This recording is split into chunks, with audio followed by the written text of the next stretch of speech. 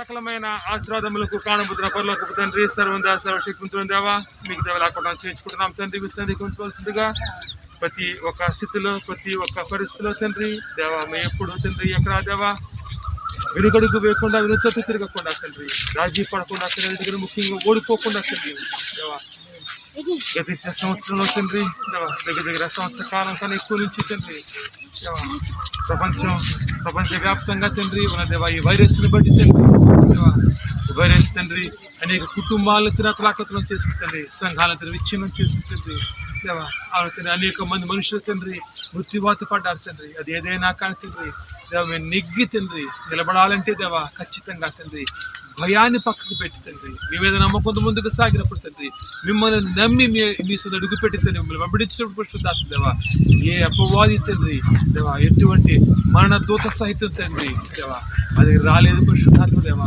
ఎందుకంటే తండ్రి నమ్మడానికి సమస్తము సాధ్యం తండ్రి దేవా ఖచ్చితంగా తండ్రి ఏ విధంగా దేవా ఆనాడు ఐగుప్తు దేశంలో తండ్రి ఉన్నప్పుడు తండ్రి దేవా మరణ దూత తండ్రి రాత్రంతా దేవా ఐగుప్తు దేశంలో తిరిగింది దేవా ఆ ఖడ్గం పట్టుకుని తండ్రి కానీ తండ్రి దేవా ఆ ఘోషణ ప్రాంతంలో ఎక్కడైతే ఇస్రాయేలు నివసించి ఆ ఘోషణ ప్రాంతంలో తండ్రి ఒక్క రక్తపు చుక్క కారలేదు తండ్రి దేవా తండ్రి ఎప్పుడైతే తండ్రి ఇస్రాయేలుగా ఒకే కట్టడం తండ్రి ఆ గొర్రెపిల్ల రక్తాన్ని తండ్రి దేవా గుమ్మాల మీద వేసుకున్నప్పుడు తండ్రి ఈ రోజు దేవ సిలువ గుర్తుల మీద ధరించినప్పుడు తండ్రి మిమ్మల్ని ధరించినప్పుడు తండ్రి ఏ అపాయం తండ్రి మాకు తెలియదు రాబోచ్చే అవకాశం తండ్రి భయం ద్వారా తండ్రి భయం వలన తండ్రి దేవా భయంతో తండ్రి అపవాదిని తండ్రి మా జీవితంలో మేము ఆహ్వానిస్తున్నాం తండ్రి రాణిస్తున్నాం తండ్రి వచ్చిన దేవా మేము తండ్రి ఎంతో గొప్పవాళ్ళం తండ్రి మేము పాస్టర్లమా మేము పెద్ద బిషపులమా విశ్వాసులమా చూడలేదు తండ్రి దేవా భయంతో అపవాది దగ్గర రాణిస్తే దేవా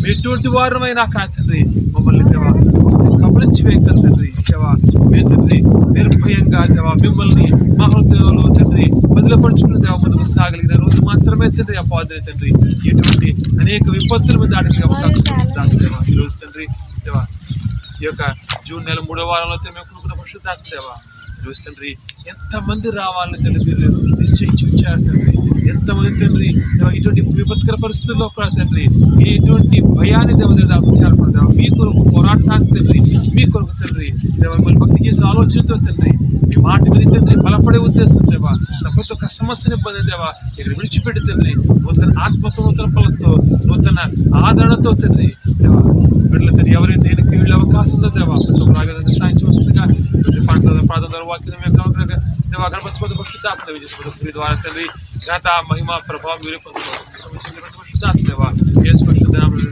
తండ్రి 63వ పాట నా స్నేహం యేసుతోనే నా గమ్యం క్రీస్తులో. అందరం పాడదాం, అందరికి వచ్చిన పాట. నా స్నేహం యేసుతోనే నా గమ్యం క్రీస్తులోనే, నా స్నేహం యేసుతోనే నా గమ్యం క్రీస్తులోనే.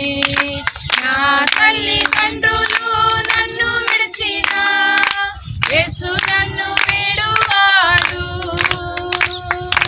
నా హితులందరూ నన్ను మరిచిన యేసు నన్ను మారువాడు. నా తల్లిదండ్రులు నన్ను విడిచిన యేసు నన్ను విడువాడు, నా హితులందరూ నన్ను మరిచిన యేసు నన్ను మారువాడు. నా స్నేహం యేసుతోనే నా గమ్యం క్రీస్తులోనే, నా స్నేహం యేసుతోనే నా గమ్యం క్రీస్తులోనే. జగతికి రూపము లేనప్పుడు నన్ను సృజించెను, పిండముగా నేనున్నప్పుడు నన్ను ఏర్పరచెను. జగతికి రూపము లేనప్పుడు నన్ను సృజించెను, పిండముగా నేనున్నప్పుడు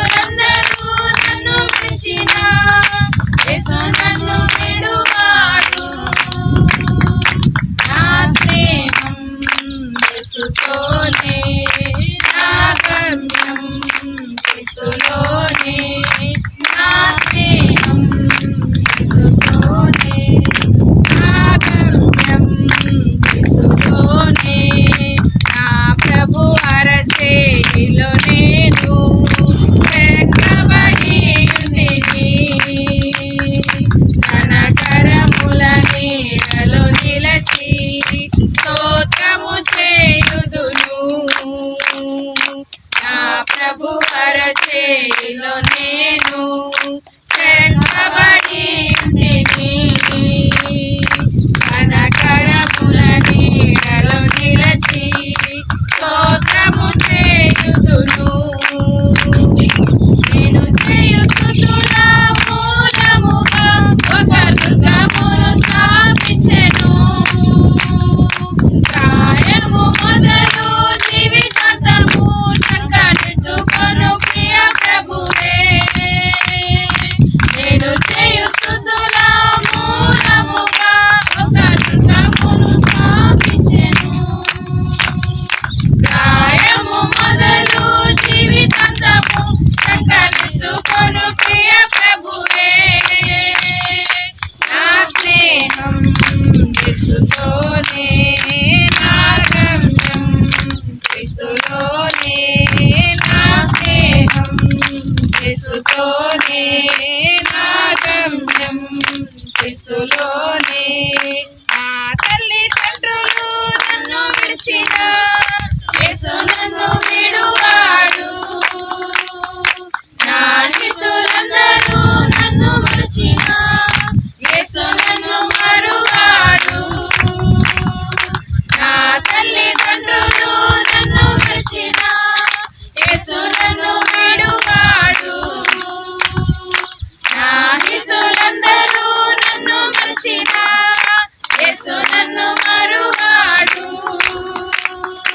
నా స్నేహం యేసుతోనే నా గమ్యం, యేసులోనే నా స్నేహం, యేసుతోనే నా గమ్యం, యేసులోనే నా స్నేహం, యేసుతోనే నా గమ్యం, యేసులోనే.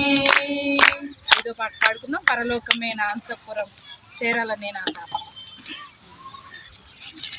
పరలోకమే నా అంతఃపురం, చేరాలనే నా తాపత్రయం.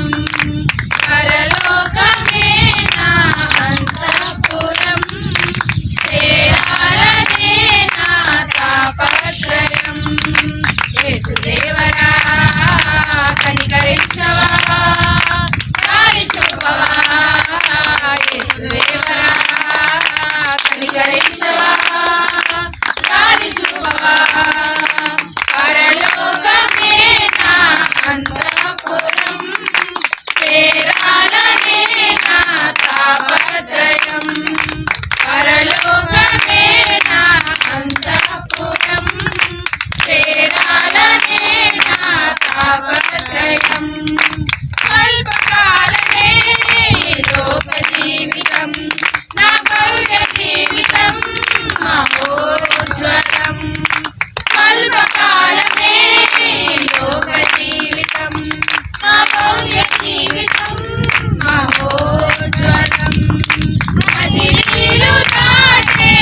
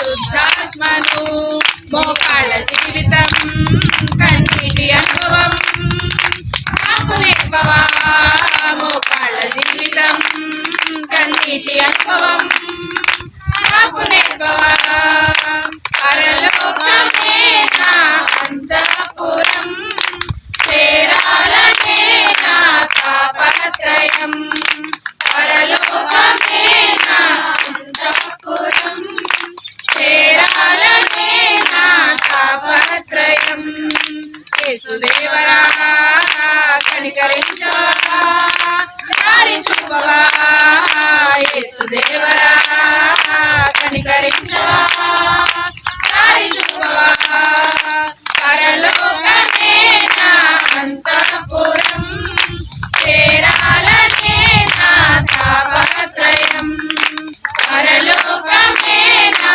అంతఃపురం చేరాలనే నా తాపత్రయం పరలోకమే నా అంతఃపురం చేరాలనే నా తాపత్రయం పరలోకమే నా అంతఃపురం చేరాలనే నా తాపత్రయం. హల్లెలూయా. 172 పాట హోసన్నను చూసి స్తుతి పాడుచు సియోనుకు వెళ్ళిన. అందరూ ఒకేసారి చప్పట్లు కొడుతూ అందరం పాడదాం. అందరికి వచ్చిన పాటలే, కొత్త పాటలు ఏం పాడట్లేదు.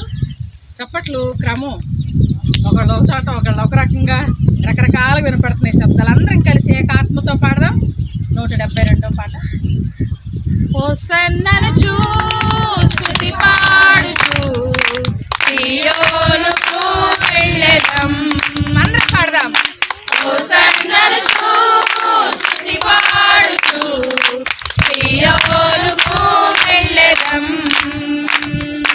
హోసన్నా హోసన్నా హోసన్నా హోసన్నా హోసన్నా హోసన్నా హోసన్నా హోసన్నా హోసన్నా హోసన్నా హోసన్నా హోసన్నా హోసన్నా హోసన్నా హోసన్నా హోసన్నా హోసన్నను స్తుతి పాడుచు సియోనుకు వెళ్ళెదం. హోసన్నను స్తుతి పాడుచు సియోనుకు వెళ్ళెదం. ఈ లోకయాత్రలో పాఠశారులం, ఈ జీవన కడలిలో పరదేశులం. ఈ లోకయాత్రలో పాఠశారులం, ఈ జీవన కడలిలో పరదేశులం. క్షణభంగురం ఈ క్షయ జీవితం, అక్షయ నగరం మనకు శాశ్వతం. క్షణభంగురం ఈ క్షయ జీవితం, అక్షయ నగరం మనకు శాశ్వతం. హోసన్నా హోసన్నా హోసన్నా హోసన్నా హోసన్నా హోసన్నా హోసన్నా హోసన్నా ఏకాత్మతో పాడతామండి. హోసన్నా హోసన్నా హోసన్నా హోసన్నా హోసన్నా హోసన్నా హోసన్నా హోసన్నను స్తుతి పాడుచు సియోనుకు వెళ్ళెదం.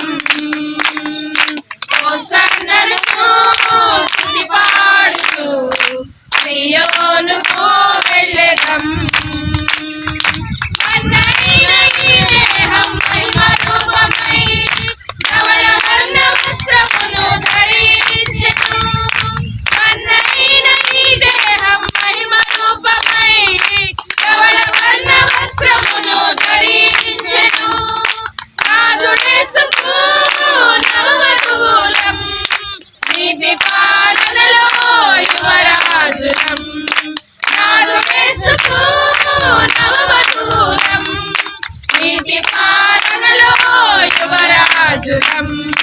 హోసన్నా హోసన్నా హోసన్నా హోసన్నా హోసన్నా హోసన్నా హోసన్నా హోసన్నా హోసన్నా హోసన్నా హోసన్నా హోసన్నా హోసన్నా హోసన్నా హోసన్నా హోసన్నా హోసన్నను స్తుతి పాడుచు సియోనుకు వెళ్ళెదం. హోసన్నను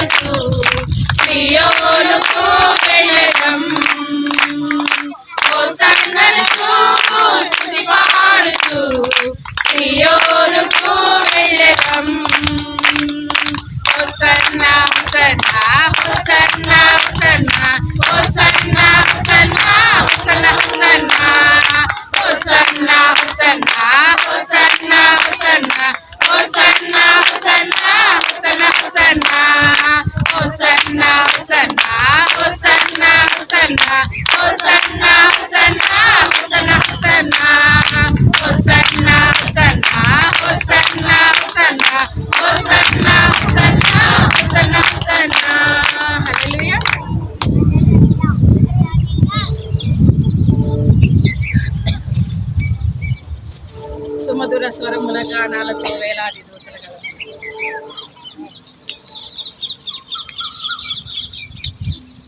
పాట అందరూ పాడటానికి ప్రయత్నం చేయండి. ఎందుకంటే చూడండి, పాట పాడేటప్పుడు ఎంత నెమ్మదిగా ఉంటుందంటే చాలా ఆనందంగా సంతోషంగా ఉంటుంది. లోకంలో ఎన్ని సమస్యలు ఉండొచ్చు, ఎంతో చింతలు, రకరకాల లోకంలో అందరికీ సమస్యలు ఉంటాయండి.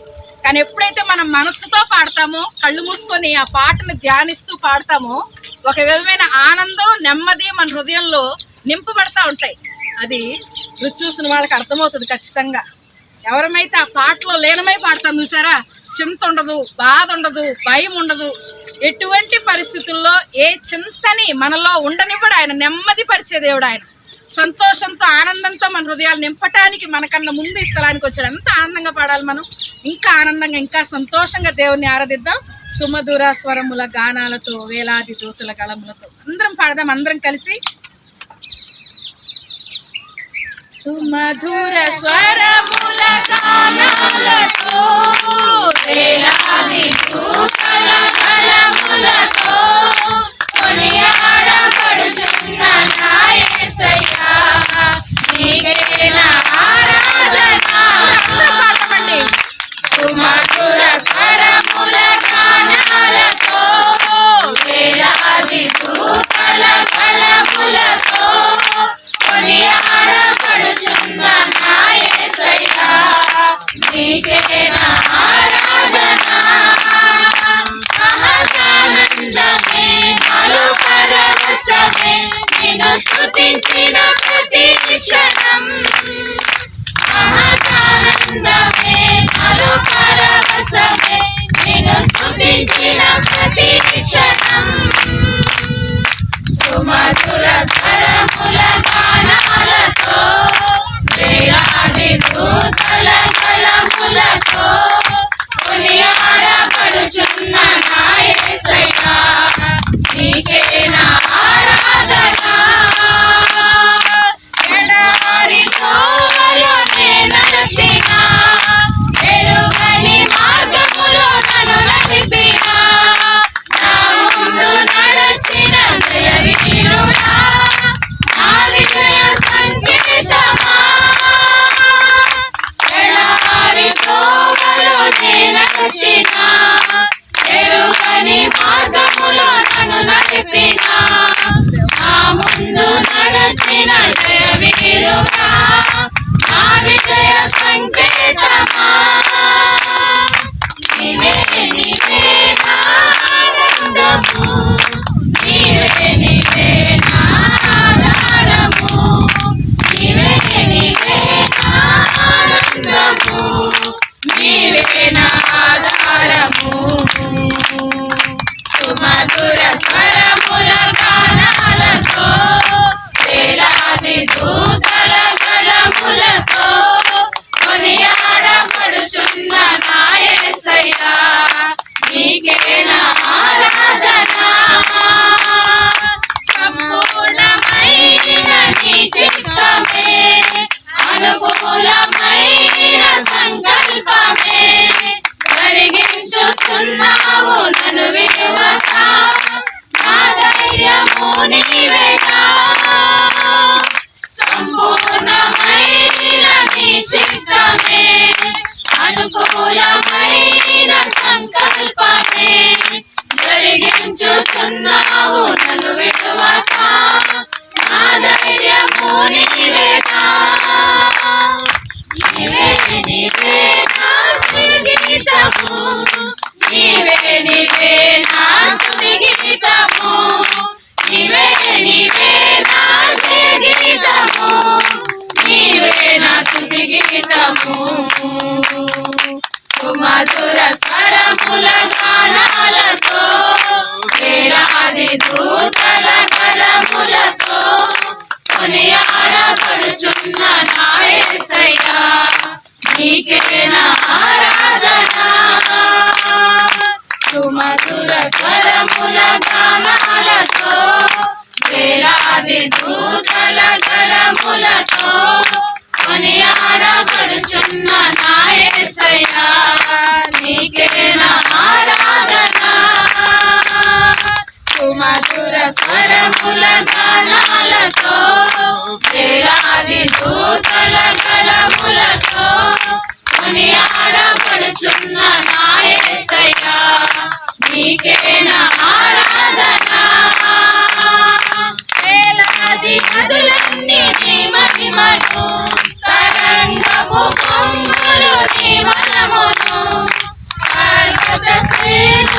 నీ కీర్తినే ప్రకటించుచున్నవేగా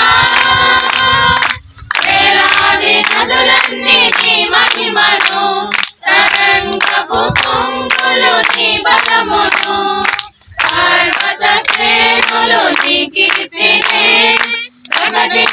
ప్రకటించుచున్నవేగా నీవే నీవే నా అతిశయము నీవే నీవే నా ఆరాధన నీవే నీవే నా అతిశయము నీవే నా ఆరాధన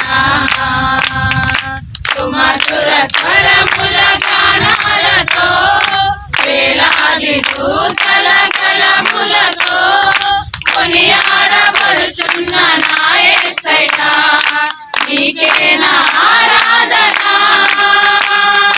సుమధుర స్వరముల గానాలతో వేలాది దూతల గళములతో కొనియాడబడుచున్న నా యేసయ్యా నీకే నా ఆరాధన సుమధుర స్వరముల గానాలతో వేలాది దూతల గళములతో కొనియాడబడుచున్న నా యేసయ్యా నీకే నా ఆరాధన.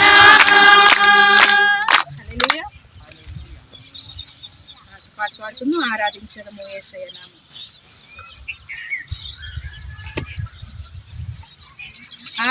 ఆరాధించెదము యేసయ్య నామమును పరిశుద్ధ సంగముగా అన్ని వేళలా మేము ఆరాధించెదము తను యేసయ్య నామమును పరిశుద్ధ సంగముగా అన్ని వేళలా మేము ఆరాధన ఆరాధన ఆరాధన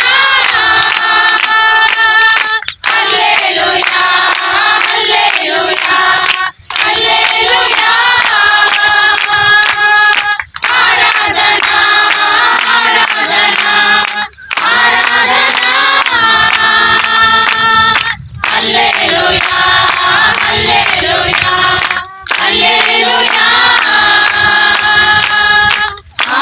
ఆరాధించెదము యేసయ్య నామమును పరిశుద్ధ సంగముగా అన్ని వేళలా మేము ఆరాధించెదము యేసయ్య నామమును పరిశుద్ధ సంగముగా అన్ని వేళలా మేము ఆదియందు ఉన్న దేవుడు అద్భుతాలు చేయు దేవుడు ఆదియందు ఉన్న దేవుడు అద్భుతాలు చేయు దేవుడు అబ్రహాము దేవుడు ఆత్మైన దేవుడు అబ్రహాము దేవుడు ఆత్మైన దేవుడు అద్వితీయ సత్య దేవుడు యేసయ్యా అద్వితీయ సత్య దేవుడు అద్వితీయ సత్య దేవుడు యేసయ్యా అద్వితీయ సత్య దేవుడు ఆరాధన ఆరాధన ఆరాధన హల్లెలూయా హల్లెలూయా హల్లెలూయా ఆరాధన ఆరాధన ఆరాధన హల్లెలూయా హల్లెలూయా హల్లెలూయా ఆరాధించడము యేసయ్య నామమును పరిశుద్ధ సంగముగా అన్ని వేళలా మేము ఆరాధించెదము యేసయ్య నామమును పరిశుద్ధ సంగముగా అన్ని వేళలా మేము మోక్షమునిచ్చు దేవుడు మహిమను చూపు దేవుడు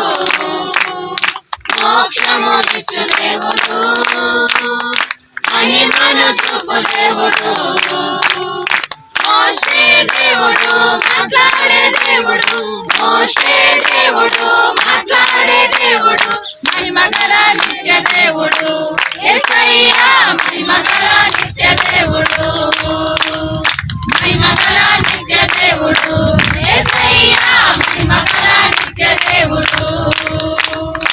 ఆరాధన ఆరాధన ఆరాధన,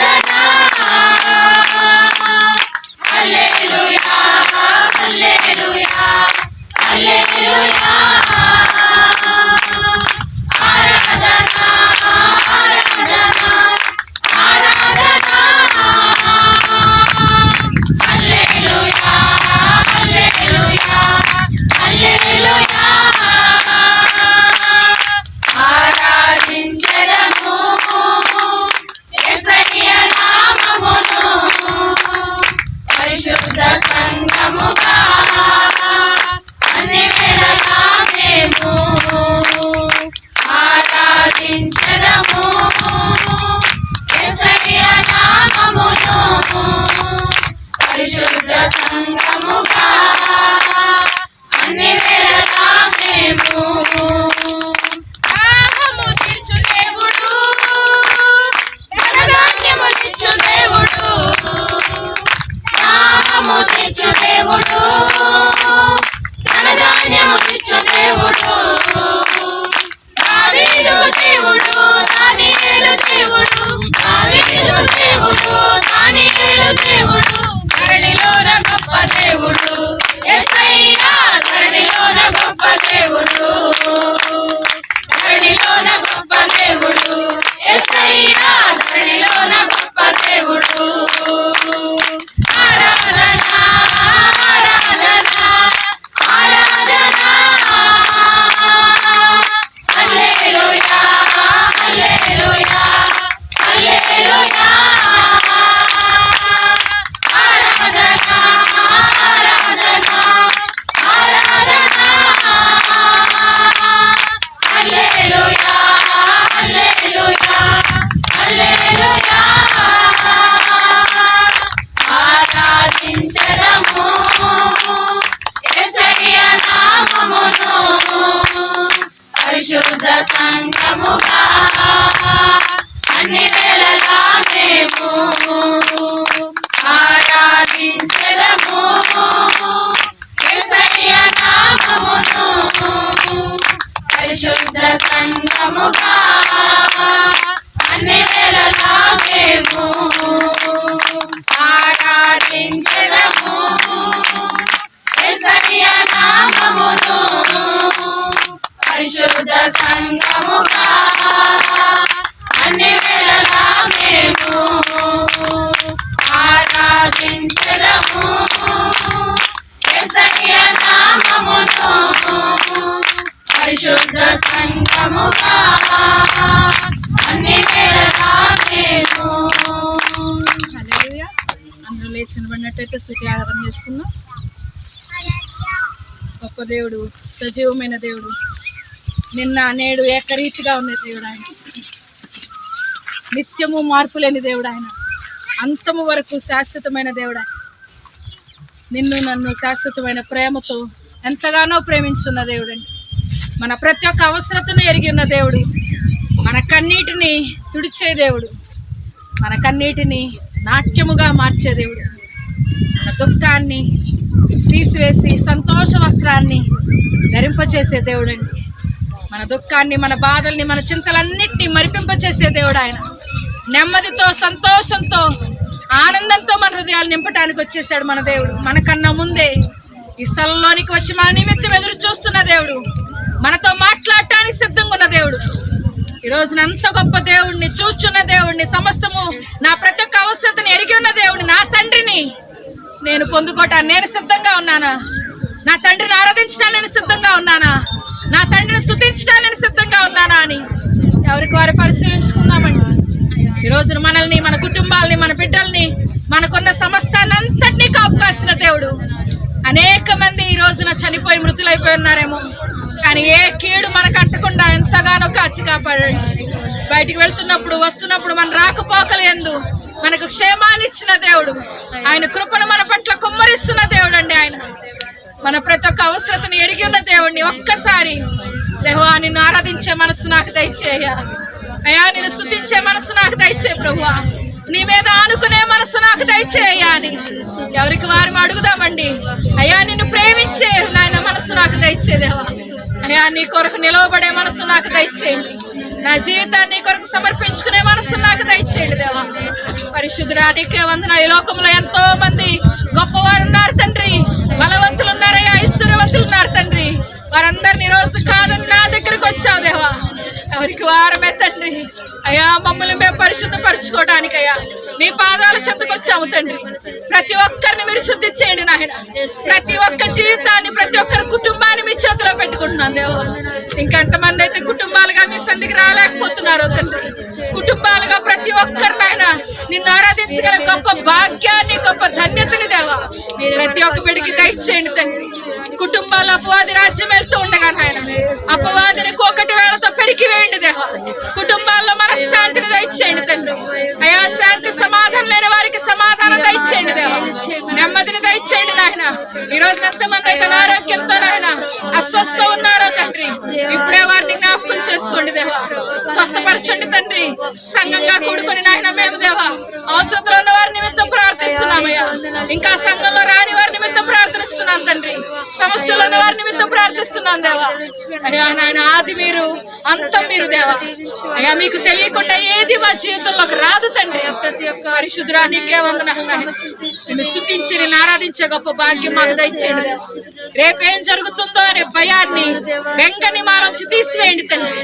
భవిష్యత్తును గురించిన చింత మాలోంచి తీసివేయండి దేవా.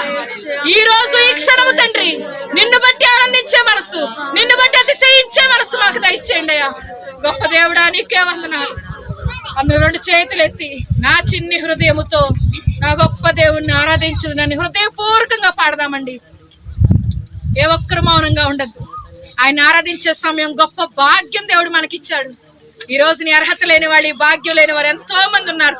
అయినా కానీ దేవుడు మనకు సమయం ఇచ్చాడు, అర్హతనిచ్చాడు. ఎంతగానో మనల్ని ప్రేమించి మనకి దేవుడు ఇచ్చిన అవకాశాన్ని, సమయాన్ని ఏ ఒక్కరు పోగొట్టుకోవద్దు. ప్రతి ఒక్కరు కళ్ళు మూసుకొని హృదయపూర్వకంగా ఈ పాటలో ఉన్న ప్రతి ఒక్క మాటను అర్థం చేసుకుంటూ, లేకపోతే ఈ పాటను ధ్యానిస్తూ హృదయపూర్వకంగా పాడదామండి.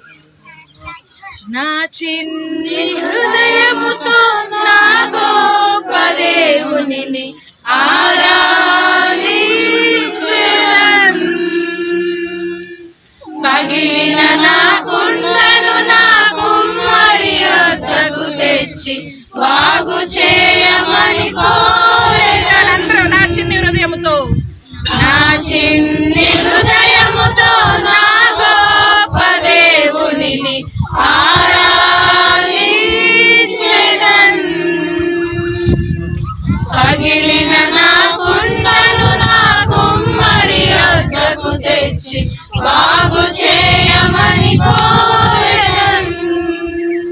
హోసన్నా హోసన్నా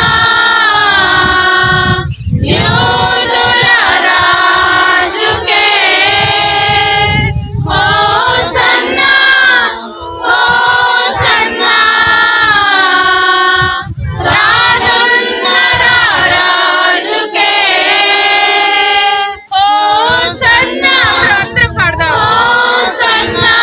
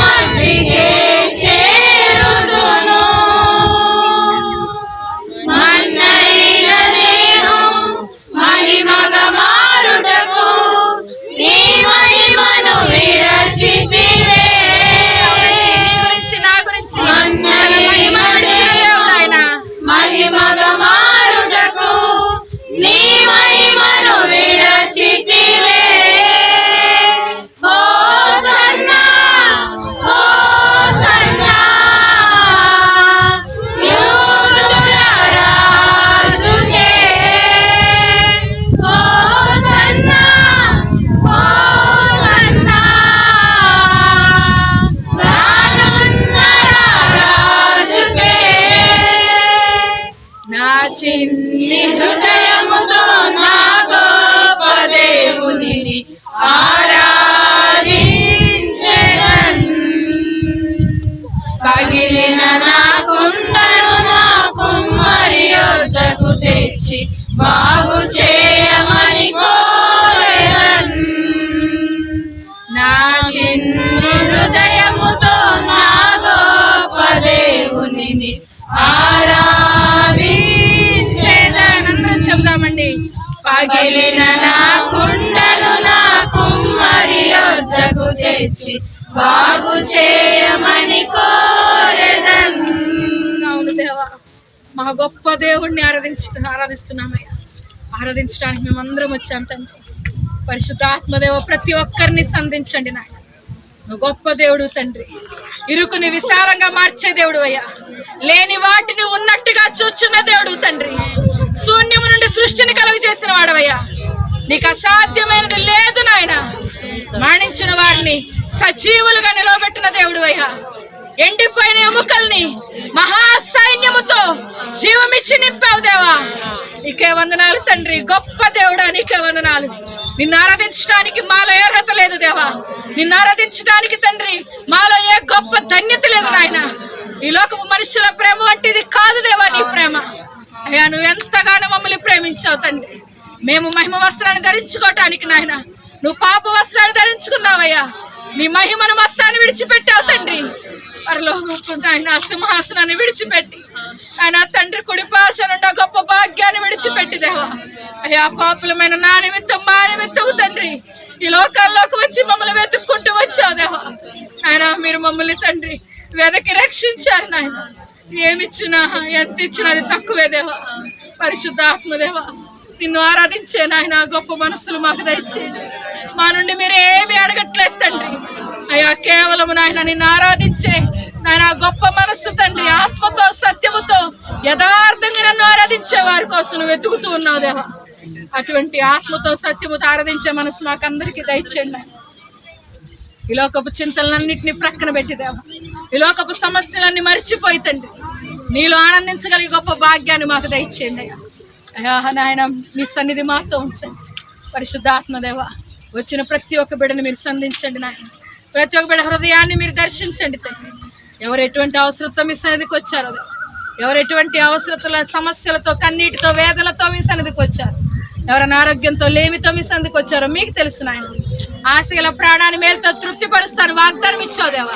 నీ సన్నిధికి వచ్చిన ఏ ఒక్కరూ తండ్రి ఖాళీ చేతులతో వెనక్కి వెళ్ళరు దేవా. ప్రతి ఒక్కరిని మీరు నింపండి. ఇక్కడ ప్రతి ఒక్కరు నాయన మీ కొరకు వాడబడే గొప్ప ధన్యకరమైన జీవితాలు తండ్రి మాకందరికీ దయచేయమని మీరే ఈ ఆరాధన ఆదరణంత వరకు మీ అధ్యక్షులు జరిగించి మహిమ ఘనత ప్రభావాలు పొందుకోమని యేసునామంలో అడుగుచున్నాం తండ్రి. సకలమైన ఆశీర్వాదములకు కాణబోతున్న పరలోకపు తండ్రి, సర్వశక్తితో దేవా మీకు దేవలాకుండా చేస్తున్నాం తండ్రి. మీ సన్నిధికి వచ్చవలసిందిగా తండ్రి, మీ సన్నిధి మాధుర్యాన్ని తండ్రి, మీ సన్నిధి రుచిని తండ్రి దేవా మీరు ఇచ్చే ఆ యొక్క సమృద్ధిని ఆ తృప్తిని తండ్రి పొందుకోవడానికి వచ్చాం దేవా. ఈ లోకపరంగా తండ్రి ధనధాన్యాదులు తండ్రి, ఈ లోకపరంగా తండ్రి పరువు ప్రతిష్ట దేవా మీ కోరుకుంటే తండ్రి కావాల్సింది మీ సన్నిధికి కాదు తండ్రి దేవా. లోకంలో తండ్రి సాతాను వెంబడించినప్పుడు తండ్రి లోకంలో దేవా లోకంలో అనేకం మాకు రావచ్చు తండ్రి. కానీ దేవా చివరికి తండ్రి అదంతా ఒక రోజు తండ్రి వ్యర్థమే తండ్రి. అది అర్థమైన రోజు దేవా తిరిగి మీ దగ్గరికి మాత్రం పరిగెడతాం తండ్రి. ఎందుకంటే దేవా నీ సన్నిధిలో మనశ్శాంతి, మీ సన్నిధిలో తృప్తి, మీ సన్నిధిలో దేవా పరిపూర్ణత ఉంది తండ్రి. కంప్లీషన్ దేవా పరిపూర్ణత మీ సన్నిధిలో తండ్రి దేవా. లోకంలో అపాదించేది దేవా ప్రతి ఒక్కటి తండ్రి దేవా ఎన్ని ఇచ్చినా లోపం తండ్రి మమ్మల్ని పరిపూర్ణ మనుషులుగా మార్చలేదు తండ్రి. ఆ పరిపూర్ణత మాలో రాదు తండ్రి. ధనం ఇస్తే ఆరోగ్యం ఉండదు, ఆరోగ్యం ఇస్తే ఇంకొకటి మనశ్శాంతి ఉండదు తండ్రి. రకరకాలుగా దేవా ఎక్కడో చోట ఖచ్చితంగా లేమి అనేది ఎక్కడో చోట దేవా, ఎక్కడో ఒక బాధ ఎక్కడో చోట తండ్రి ఒక వెలితి ఖచ్చితంగా లోకంలో మాకుంటుంది తండ్రి. లోకంలో నుంచి మీ పొందుకుంటే దేవా కాదా మీ నుంచి మీ పొందుకుంటే తండ్రి అది సంపూర్ణత దేవా, పరిపూర్ణ దీవెన దేవా, సంపూర్ణ ఆనందాన్ని తండ్రి పరిపక్వంగా దేవా మీరు మాకు ఇవ్వబోతున్నారు తండ్రి. మమ్మల్ని దేవా మీరు తండ్రి పరిపూర్ణంగా తండ్రి మనుషులుగా తయారు చేయబోతున్నారు తండ్రి దేవా. ఆ పరిపూర్ణత గురించి మేము ఎందుకంటే తండ్రి మీరు దేవా మీ యొక్క పని తండ్రి ప్రతి ఒక్కరి దేవా పూర్తిగా ఉంటుంది తండ్రి. ఎక్కడ దేవా వెలితి ఉండదు దేవా, ఎక్కడ తండ్రి దేవా లోటు ఉండదు తండ్రి. మీరు ఇచ్చిన దీవెనల్లో తండ్రి, మీరు ఇచ్చిన సమృద్ధిలో తండ్రి, మీరు ఇచ్చిన దేవ ఆరోగ్యంలో తండ్రి, మీరు ఇచ్చింది ఏదైనా కానీ తండ్రి దాంట్లో దేవా ఎక్కడ తండ్రి కొరత ఉండదు పరిశుద్ధాత్మ దేవా. ఎప్పుడైతే దేవా మాకు ఆ వ్యత్యాసం లోకం ఇచ్చే దీవెన మీరు ఇచ్చే దీవెన మధ్య వ్యత్యాసం అద్భుతమైన రోజు తండ్రి మీ దగ్గర పరిగెట్టుకు వస్తాం తండ్రి దేవా. అవును దేవా, ఈరోజు తండ్రి కొద్ది మందిగానే మేము కూడుకున్నాం తండ్రి. ఇంకా ఇంకా ఇంకా అనేకమైన తండ్రి దేవా లోకం మమ్మల్ని భయపెడుతున్న భయాన్ని చూసి తండ్రి దేవా ఇంకా భయపడుతున్నారు తండ్రి దేవా. ఎప్పుడైతే దేవా మిమ్మల్ని ఖచ్చితంగా నిజరక్షకుడని తండ్రి, మీరు మా నిజరక్షకుడని దేవా, కేవలం తండ్రి మీరు ఈ ప్రపంచాన్ని సృష్టించిన మీరు ఒక చిన్న వైరస్ నుంచి చిన్న ఇబ్బంది నుంచి మమ్మల్ని కాపాడలేరా అని ఒక్క ఆలోచన మాకు వస్తే దేవా ఖచ్చితంగా ఏ ఒక్కరూ తండ్రి మీకు దూరం కాలేరు తండ్రి దేవా. తాగలి విధంగా సాయం చేస్తాం తండ్రి. చెప్పతో ఒక విషయం పెట్టుకుంటాం తండ్రి. వాక్యంలో తండ్రి నాతో దేవతను ప్రతి ఒక్కరితో వాడవలసిందిగా ముస్లిం శుద్ధాత్మ దేవా యేసు పరిశుద్ధ నామములో ఇచ్చిన తండ్రి.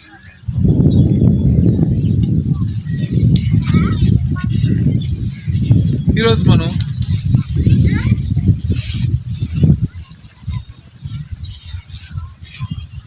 ముందు రిఫరెన్స్ చూసుకుని దాని నుంచి మనం వాక్యం వెళ్దాం. మనం లూకాసు వార్త 11:35. లూకాసు వార్త 11వ అధ్యాయం 35వ వచనం. కాబట్టి నీలో నుండి వెలుగు చీకటి అయి ఉండకుండా చూచుకొనుము. సరే, ఇక్కడ ఈ మాట యొక్క అర్థాన్ని మనం అర్థం చేసుకోవాలంటే మొదట ఈ వెలుగు ఏంటి చూడండి. నీలో నుండి వెలుగు చీకటి అయి ఉండకుండా చూసుకో. నీలో ఉన్న వెలుగు చీకటి అయిపోకుండా చూసుకో. ఓకే, మన పైన కింద వచ్చాను చదివితే ఇంకా బాగా అర్థమవుతుంది. తర్వాత చూద్దాం మనం. మొదటిగా నీలో ఉన్న వెలుగు చీకటి అయిపోకుండా జాగ్రత్త పడు. అంటే మనలో ఆయన ఒక వెలుగుంచాడు, ఆ వెలుగు పోయే అవకాశం ఉంది.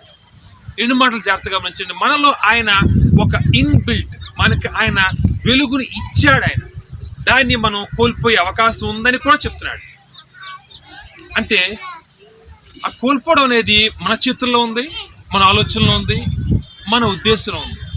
ఇవ్వటం మాత్రం ఆయన ప్రతి ఒక్కరు ఇవ్వటం. ఆయన వెలుగుని ఇచ్చాడు కదా. ఏంటా వెలుగు? ఆయన ఆదాముని ఆయన సృష్టించినప్పుడు ఆయన ఆదాముని ఆ మట్టిలో నుంచి నేల మట్టిలో నుంచి ఆయన తీసి ఆ మట్టిని ముద్దగా చేసి ఆ మట్టిని ఆయన ఒక రూపాన్ని ఇచ్చి ఆ తర్వాత ఏం చేశాడు? ఆ ఆదాము యొక్క నాసికారంధ్రాల్లో దేవుడు ఆయన జీవాత్మను ఊదాడంట. అంటే అక్కడ ఆదాముకి జీవం వచ్చింది, అది దేవుడి నుంచి.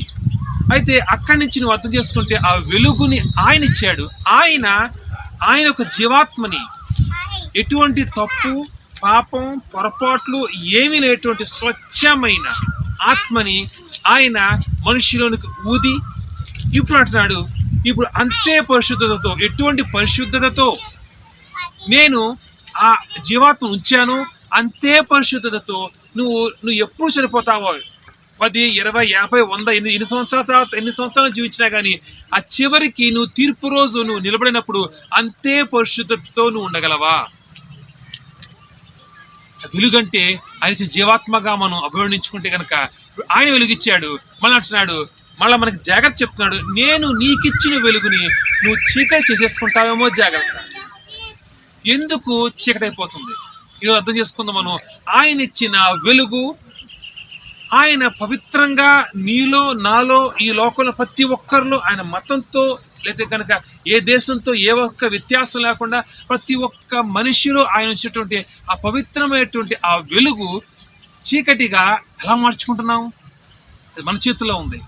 మనం దాన్ని చీకటిగా ఎలా మలుచుకుంటున్నాం ముందు చూద్దాం ఒకసారి. అదే అధ్యాయం 34 వచ్చి, నీ దేహమునకు దీపము నీ కన్నే గనక నీ కన్ను తేటగానుంటే నీ దేహమంతయు వెలుగుమయమై ఉండును, అది చెడినదైతే నీ దేహమును చీకటిమయమై ఉండును. అంటే ఇక్కడ నీ కన్ను ఎప్పుడైతే తేటగా అంటే కనుక ఏ పొరలు, ఎటువంటి అద్దాలు, నీ కళ్ళు చూడటానికి ఏ రకంగా ఏ ఇబ్బంది లేనప్పుడు నీకు అది తేటగా క్లియర్గా కనిపిస్తుంది. లేకపోతే కనుక నువ్వు చూసే చూపు వలన అది నీ కళ్ళు నీ మొత్తం శరీరాన్ని పాడు చేసే అవకాశం ఉంది. అది ఇప్పుడు చూసుకుందాం మనం. అది కన్ను ఎలా మన జీవితాన్ని పాడు చేస్తుంది. కన్ను అంటే ఏంటి?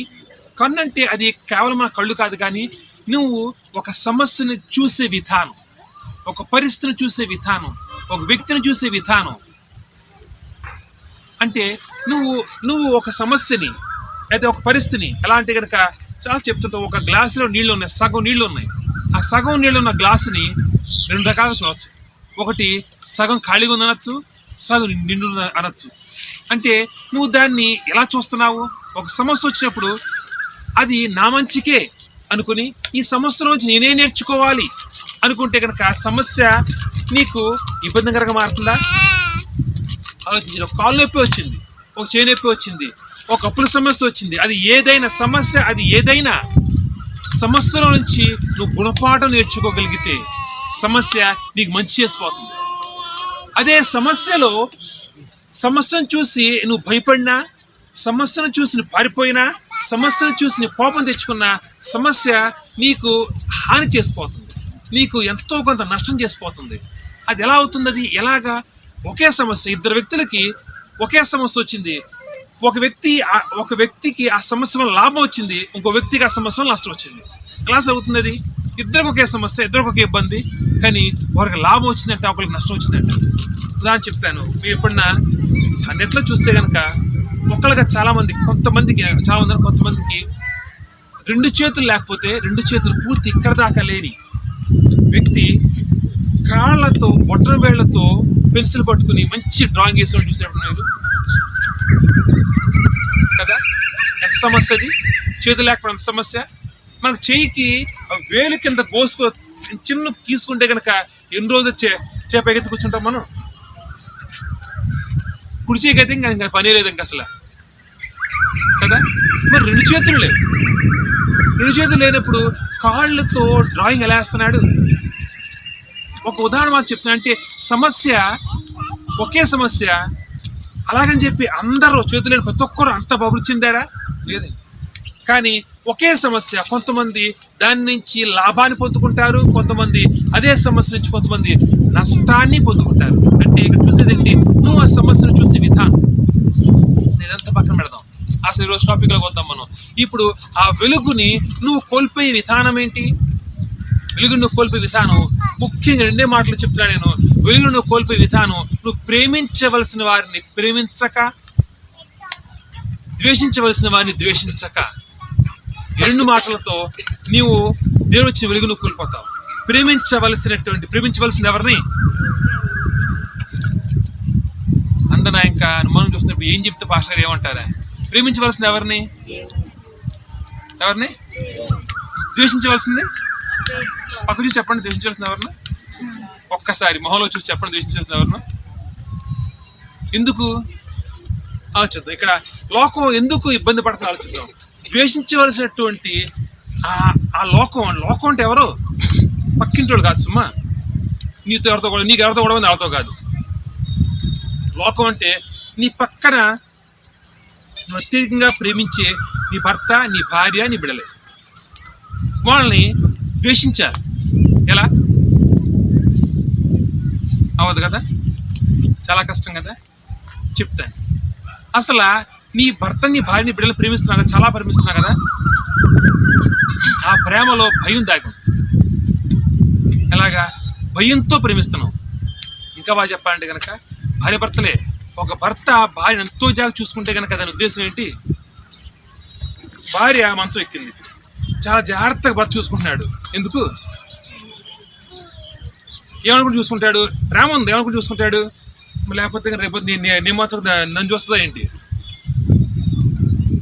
అలా అనుకోకుండా చూసింది. ప్రపంచంలో యేసుక్రీస్తు ఎవడు ఉండడు. నేనే, నువ్వు, అందరూ ఒకటే కదా. ఆలోచించండి. ప్రేమే, చాలా ప్రేమే, కానీ ఆ ప్రేమలో భయం ఉంది, ఆ ప్రేమలో ఇన్సెక్యూరిటీ ఉంది. రేపొద్దు నా పరిస్థితి ఏంటి? ఎక్కడ వచ్చింది అది ప్రేమ? అటువంటి భావన ఎలా వచ్చింది? చిన్నప్పటి నుంచి చూడండి. చిన్నప్పుడు ఆడు గెంతలేసం చూస్తారా? ఆడికి ఏమైనా బెదిరిస్తారు? ఇప్పుడు గిద్దేసి కొడతాను ఇప్పుడు మాట వినాలి. ఎందుకు కొడతారని భయం మాట వినాలి, అంతేనా? పోనీ పిల్లలకి మంచి బాగా చదువుకుంటే కానీ నీకు చాక్లెట్ ఇస్తాను, ఇంకా బాగా మంచి మార్క్స్ వస్తే నీకు సైకిల్ కొని పెడతాను, బండి కొని పెడతాను. ఇప్పుడు ఎందుకు చదవాలి? బండి కొని పెడతాడనో, అంటే ప్రలోభానికో, లేకపోతే కొడతాడనో మాట వింటున్నారు తప్ప ఎందుకు మాట వినాలి అసలు తెలియదు. కాన్సెప్ట్ తెలియదు మనకి. మాట ఎందుకు వినాలి తెలియదు, ఎందుకు చదువుకోవాలో తెలియదు. ఎందుకంటే కనుక ఎందుకు చదువుకోవాలి? అమ్మ తిరత్త కాబట్టి. ఎందుకు ఏ తప్పు ఎందుకు చేయకూడదు, పాప ఎందుకు చేయకూడదు, నాన్న కొడతారు కాబట్టి. కానీ అసలు ఎందుకు చేయకూడదు తెలియదు. కాబట్టి ఒక వ్యక్తి అంటాడు, ఒక మనిషి యొక్క అసలైన ప్రవర్తన అంట నాలుగు గోడల మధ్య ఎవ్వరు లేనప్పుడు అతను ప్రవర్తించే ప్రవర్తన అది నిజమైన ప్రవర్తన. ఎందుకంటే ఏ భయాలు ఉండవు, ఏ ప్రలోభాలు ఉండవు, తన ఇష్టానుసారంగా జీవించే ఆ సమయం. మనం ఎక్కడ భార్యతో భర్తతో బిడ్డలతో ఎక్కడైనా కానీ నీ యొక్క ప్రవర్తన కేవలం నటన మాత్రమే. ఖచ్చితంగా మీరు మాట్లాడక్కర్లేదు, మీరు లోపల బొర్రపోడు చాలు, బయట బొర్రపోతే పక్క మ్యాన్ వస్తాడు కాబట్టి. కానీ అది మాత్రం మీరే నేను ప్రతి ఒక్కళ్ళు భయంతోనూ ప్రలోభంతోనూ మనం ప్రేమిస్తున్నాం. భయం ప్రలోభంతో మన లోకాన్ని ప్రేమిస్తున్నాం, భయపడుతున్నాం, ప్రేమిస్తున్నాం లోకాన్ని. ప్రలోభం రేపొద్దున్న నాకేది మంచి జరుగుతుంది కాబట్టి ఇతరులను ప్రేమిస్తున్నాం. కానీ నిజమైన హృదయంలో నుంచి ప్రేమించగలుగుతున్నావా? అయితే ఇక్కడికి వస్తే కనుక, దేవుని దగ్గరికి వస్తే కనుక, మరి దేవుడిని ప్రేమించచ్చు కదా, దేవునికి ద్వేషిస్తున్నాం. మరి లోకంలో తిన్న ఎదురు దెబ్బను చూస్తారా? తప్పు చేస్తే దెబ్బ తగ్గుతుంది, గ్యారంటీ కదా. పిల్లలు పడ్డారనుకోండి, పడిన పిల్లలు ఏం చేస్తున్నాం? ఫస్ట్ నాకు తెలిసి మ్యాక్సిమం ప్రతి ఒక్కరు పడిన పిల్లడు ఇంకో దెబ్బ వేసుకోవాలి, దగ్గర తీసుకోవాలి. ఎందుకు? ఏదో పని చేసి పడతాడు కాబట్టి కదా. మరి పెద్దోళ్ళని అంతే కదా. చిన్నపిల్లలు అయితే మనం కొట్టి తీసుకున్నాం, పెద్దోళ్ళు అయితే కొట్టలేక ఏమనలేక ఊరుకుంటాం. దాన్ని ఎవరికైనా నీకైనా నాకైనా ఎవరికైనా కానీ ఒక సమస్య, ఒక ఇబ్బంది, ఒక పరిస్థితి వచ్చిందంటే కనుక అది మన తప్పు వల్లనే. అయితే ఇప్పుడేం చేస్తాం? జాగ్రత్త మధ్య చెప్తాం. చిన్నపిల్లలు పడినప్పుడు నేల పడ్డాడు, ఏం చేస్తాడు? ముందు ఉడుకు పెట్టాలంటే నేలను కొడతాడు. ఎందుకు? ఏమవుతుంది కదా. ఇప్పుడు మనం అదే పాటిస్తున్నాం. ఎలాగా? సమస్య వచ్చింది, తప్పు చేస్తాం, సమస్య వచ్చింది, ఎవరిని తిడతాం? ఎవరిని తిట్టగలమా? ఎవరిని తిట్టలేము. ఎవరిని తిరిగితే వాళ్ళు ఊరుకోరు.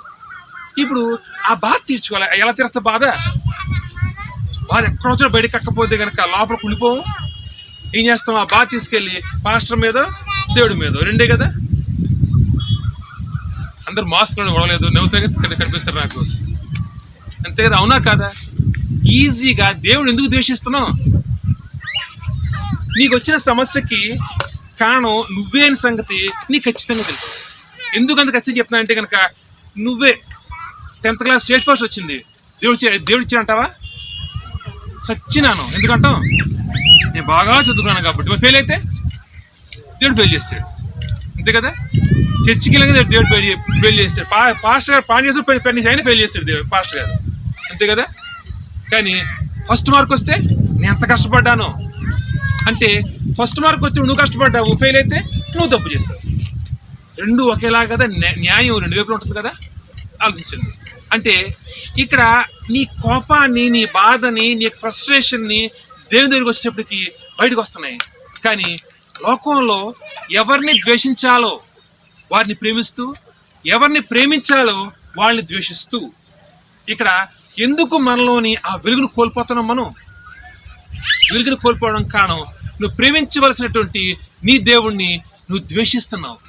చిన్న వాటికి ఇది నాకు చేయలేదు, అది నాకు చేయలేదు అని చిన్నపిల్లలు చూస్తారా? చిన్నపిల్లలు అమ్మ నాన్నతో అలి గొడవపడుతుంటారు.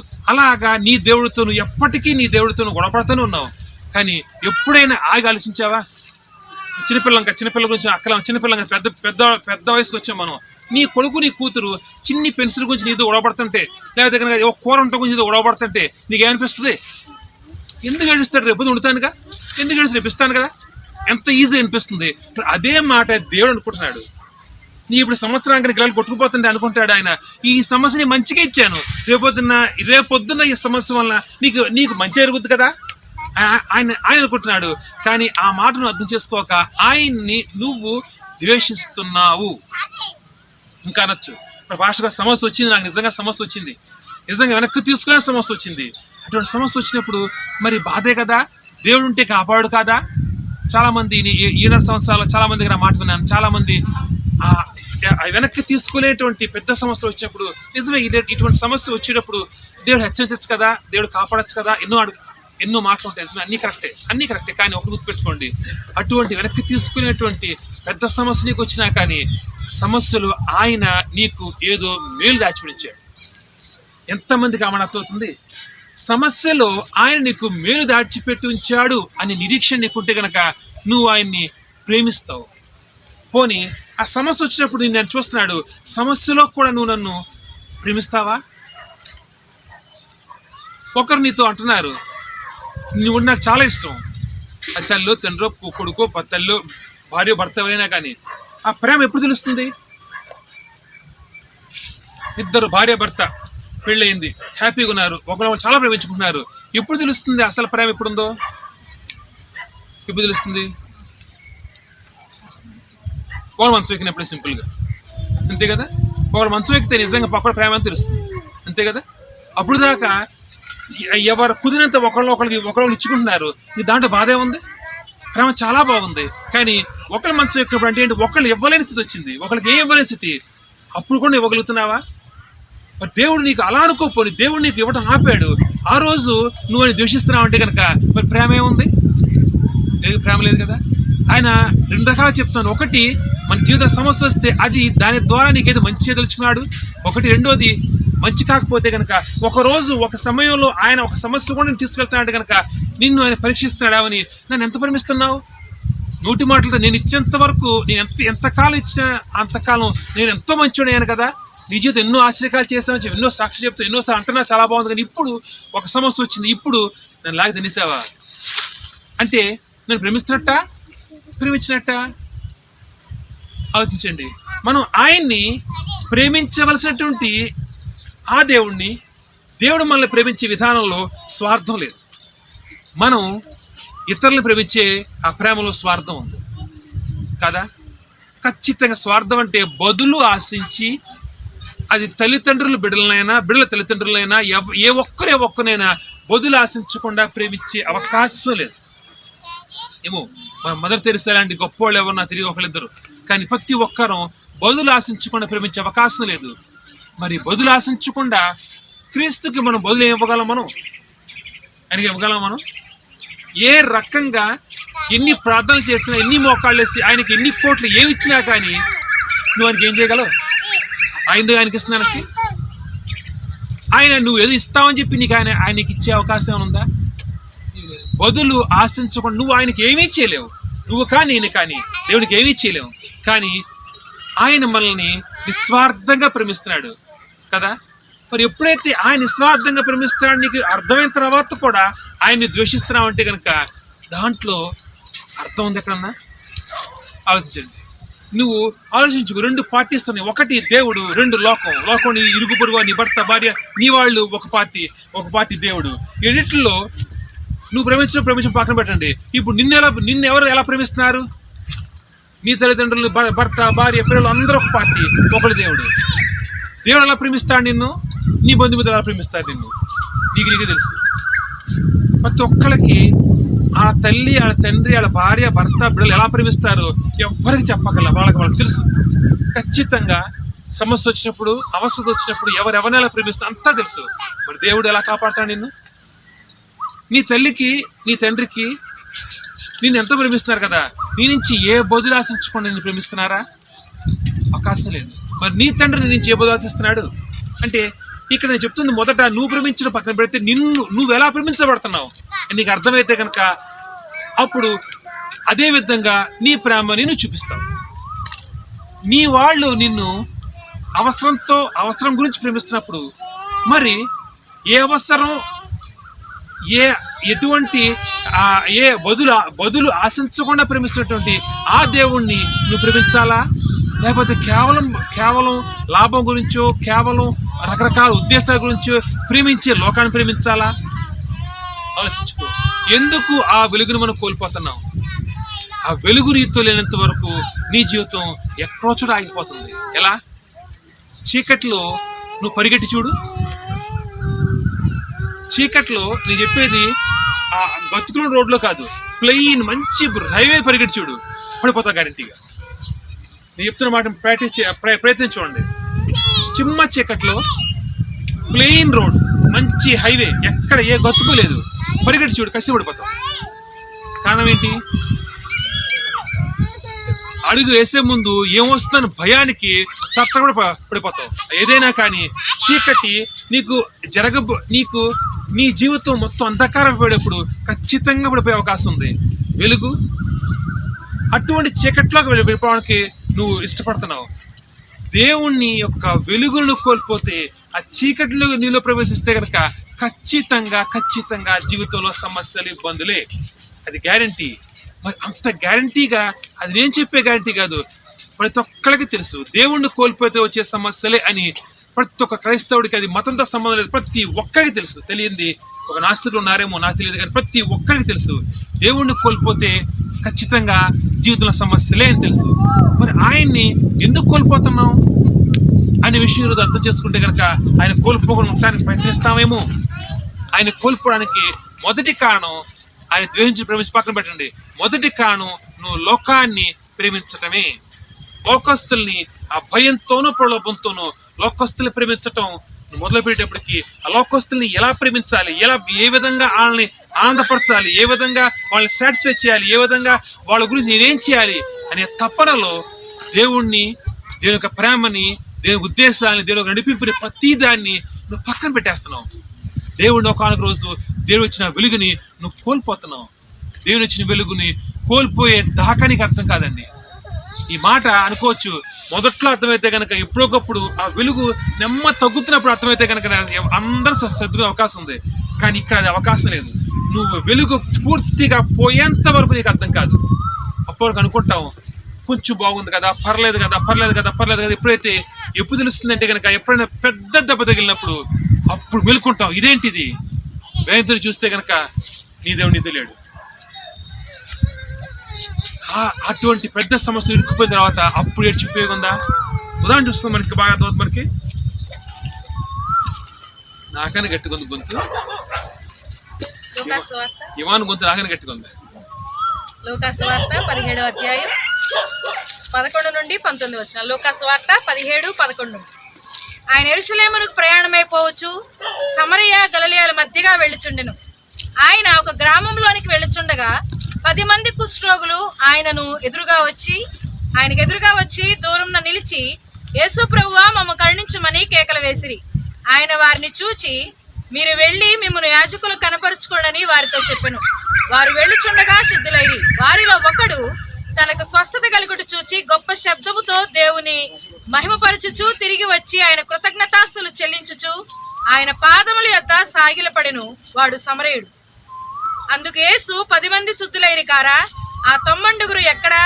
ఈ అన్యుడు తప్ప దేవుని మహిమపరచుటకు తిరిగి వచ్చిన వాడు ఎవడును అగపడలేదా అని చెప్పి, నీవు లేచిపోము, నీ విశ్వాసం నిన్ను స్వస్థపరచనని వానితో చెప్పాను. సరే, ఇక్కడ చూస్తే కనుక అనేక సార్లు చూసుకున్నాం ఈ యొక్క వాక్యాంశాన్ని. మనం మరొకసారి ఆ వాక్యాంశం నుంచి మనం కొత్త పాఠం తీసుకోవడం ప్రయత్నిస్తే కనుక ఇక్కడ 10 మంది కుష్ఠరోగులు ఉన్నారంట. ఆ 10 మంది కుష్ఠరోగులు మొదట ఉన్న ప్రాంతం ఎక్కడ? ఊళ్ళో ఉన్నారా వాళ్ళు? ఊరు బయట కుష్ఠరోగులకి అప్పట్లో ప్రత్యేకంగా, ఇప్పుడు కూడా కుష్ఠరోగులు మనుషులతో అందరితో పాటు నివసించరు. కుష్ఠరోగులు నివసించే ఆ ప్రాంతం వేరుంటుంది. ఊరికి దూరంగా, అక్కడికి ఎవరో వెళ్ళరు. ఒక విలువైబడేటువంటి స్థితిలో వేల సంవత్సరాల నుంచి కుష్ఠరోగుల యొక్క దుస్థితి అలాగే ఉంది. అయితే దాని పక్కన పెడదాం. ఇప్పుడు ఆ 10 మంది నివసించేది ఊరు బయట ఎక్కడ ఉంటారంట. వాళ్ళు ఎంత సమస్యలు ఉన్నారు? ఇప్పుడు వాళ్ళకున్న సమస్య ఏంటి? కుష్ఠ రోగం కన్నా అత్యంత పెద్ద సమస్య ఏంటి? విలువేయబడటం. తమ ప్రేమించిన వారి నుంచి విలువేయబడటం. తాము ప్రేమించిన వారు ఎవరి గురించి అయితే ఇన్ని సంవత్సరాలు జీవించారో ఆ 10 మంది మగవాళ్ళవచ్చు, ఆడవాళ్ళవచ్చు, ఎవరైనా కానీ, వాళ్ళైతే భర్తల గురించి, బిడ్డల గురించి ఎంతో కష్టపడ్డారు. మగవాళ్ళు అయితే కనుక భార్యల గురించి, బిడ్డల గురించి ఎంతో కష్టపడ్డారు. ఇంత కష్టపడిన తర్వాత ఇప్పుడు వాళ్ళు వెలివేయబడినటువంటి స్థితి, ఎక్కడో ఊరవుతుంటున్నారు. వాళ్ళు మొదట వాళ్ళ పుండులు చూసి ఏడుస్తారా, లేకపోతే కనుక వాళ్ళని వాళ్ళు వెలేసిన వాళ్ళ గురించి ఏడుస్తారా? పుండ్ల గురించి అనుకోకండి. ఇప్పుడు ఖచ్చితంగా ఎంతో ప్రేమించేటువంటి ఆ నా అనేవాళ్ళు ఎప్పుడైతే నీకున్న కుష్ఠరోగాన్ని బట్టి నువ్వు వెళ్ళిపో ఇక్కడి నుంచి అన్నప్పుడు ఆ మాటను బట్టి జీవితాంతం ఏడుస్తాడు. ఆ 10 మంది ఎంతో బాధపడుతున్నారు కదా. ఆ బాధపడుతున్న ఆ సమయంలో మరి ఆ అన్నతమ్ముళ్ళు, అక్క చెల్లెళ్ళు ఎవరినైతే ప్రేమించారో భార్య భర్త ఎవరు రాలేదే? ఎవరు వచ్చారు వాళ్ళ గురించి? పోనీ వాళ్ళు ఎవరు ఎదురు చూస్తున్నారు? వాళ్ళ దగ్గరికి క్రీస్తు వచ్చాడు అనుకుందాం, లేకపోతే క్రీస్తు గురించి వాళ్ళ దగ్గర చూస్తాడు అనుకుందాం. ఏదైనా కానీ వాళ్ళ ఉద్దేశం క్రీస్తు మాత్రమే మమ్మల్ని ఈ దుస్థితి నుంచి కాపాడగలిగింది ఆయన మాత్రమే. ఏ ఒక్కరు కాదు, భర్త, భార్య, బిడ్డలు ఏ ఒక్కరు ఈ సంవత్సరం మిమ్మల్ని కాపాడలేరు, గ్యారంటీ. ఆ మాట అనుకునే ముందు వాళ్ళ ఆలోచన ఏంటి?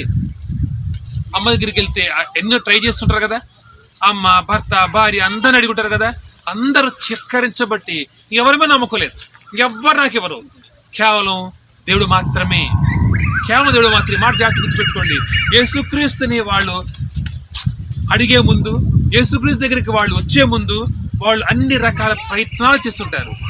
ఎందుకు ఆ మాట చెప్తున్నా అంటే కనుక మనం ప్రార్థన కూర్చునే ముందు ప్రార్థనకోకండి, గుడిలో చేసి ఆలోచించుకోండి, అన్ని ప్రయత్నించి కానీ ప్రార్థన కూర్చోం కదా. అవునా? అన్ని ప్రయత్నించి అన్ని రకాలుగా అప్పుల సమస్య అనుకోండి, ఆ డబ్బులు ఎవరిస్తారు, ఎలా అవుతుంది, అనారోగ్య సమస్య అయితే ఏ డాక్టరు, అన్ని రకాలుగా ప్రయత్నించేసి లాస్ట్కి అయ్యా అన్ని మార్గాలు క్లోజ్ అయిపోయినాయి కాబట్టి దయచేసి నాకు సాయం చేయ్యా కదా. ఇక్కడ వాళ్ళు కూడా 10 మంది కూడా అన్ని రకాల ప్రయత్నాలు అయిపోయినాయి. ఇంకా ఏ రకంగా వాళ్ళకి ఎటువైపు సహాయం లేదు. వాళ్ళు వెలువైపడేటువంటి స్థితిలో ఉన్నారు. వాళ్ళు ఎదురు చూస్తున్నారు యేసుక్రీస్తు గురించి. 1 రోజు 2 రోజులు కాదు, అనేక దినాల నుంచి. ఎందుకంటే వాళ్ళు నివసించే ప్రాంతం నుంచి వాళ్ళు బయటికి ఆ జనులు సంచరించే ప్రాంతానికి వెళ్ళలేరు. వాళ్ళు కేవలం మహా అయితే వాళ్ళు నివసించే ప్రాంతం కొంచెం బయటకు వచ్చి ఆ రోడ్డు మీద దాకా నిలబడ్డారంట. అది కూడా ఎవరికి తెలియకుండా, తెలిస్తే కనుక ఇతరులు వాళ్ళని చూసి కొట్టే అవకాశం ఉంది. కాబట్టి వాళ్ళు జాగ్రత్తగా దాక్కుని యేసుక్రీస్తు గురించి కొంతకాలాన్ని ఎదురు చూస్తున్నారు. ఏమో నెలలా తెలియదు, కొంతకాలం ఎదురు చూస్తున్నారు. ఆయన వస్తాడు, ఆయన వస్తాడు, ఆయన వస్తాడు. ఆయన వచ్చాడు. వచ్చిన తర్వాత 10 మందికి ఆయన స్వస్థ ఇచ్చాడా ఇవ్వలేదా? ఇచ్చాడు. ఇచ్చిన తర్వాత ఇక్కడి నుంచి తిరిగి మనిషి తిరిగి ప్రవేశిస్తుంది. ఇప్పుడు దాకా మనిషి కాదు, ఇప్పుడు అవస్థలో ఉన్నవాళ్ళు మనుషులు కాదు. అవస్థలో ఉన్నవాళ్ళు ఏంటి? కేవలం అవస్థ పొందుకునే వాళ్ళు మాత్రమే. ఆ తర్వాత అవస్థ తీరిన తర్వాత అప్పుడు మనలోని యాక్చువల్ క్యారెక్టర్ బయటకు వస్తుంది. అసలు మనం ఏంటి చూపిస్తాం మనం అప్పుడే కదా. అవసరం తీరింది 10 మందికి.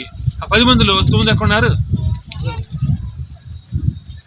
ఆ దేశంలో చెప్పింది ఏంటి? 10 మందికి వెనక్కి రమ్మన్నాడా? వెనక్కి రావక్కల. 10 మంది చెప్పింది ఏంటి? మీరు నమ్మి వచ్చిన దగ్గరికి అదే నమ్మకంతో యాజకుడి దగ్గరికి వెళ్ళండి, మీకు స్వస్థ అయిపోద్ది. యాజకుడి దగ్గరికి వెళ్ళి మీ శరీరాన్ని చూపించుకుని ఖచ్చితంగా మీరు స్వస్థ అయిపోతున్నప్పటికీ మీరు యాజకుడు ఎప్పుడైతే కానీ మీరు స్వస్థ పొందారు అని చెప్పగానే మీ ఇంటికి వెళ్ళిపోండి. దేవుడు చెప్పింది అంతే. దేవుడు వెరైటీ రూల్స్ అని చెప్పలా. కానీ మరి మనకేం అర్థం అవుతుంది? ఆ 10 మందికి ఏం అర్థం అవ్వాలి? యాజకుడి దగ్గరికి వెళ్ళటానికి ముందు పరిగెట్టారు కదా. ఏ ఉద్దేశంతో? అర్జెంటుగా యాజకుడి దగ్గరికి వెళ్ళి యాజకుడికి ఈ శరీరం చూపిస్తే కనుక యాజకుడు నీ కుష్ఠరోగం పోయింది అని ఎప్పుడైతే యాజకుడు సర్టిఫికేట్ ఇస్తాడో అది పట్టుకుని ఇంటికి వెళ్ళిపోదాం. ఏ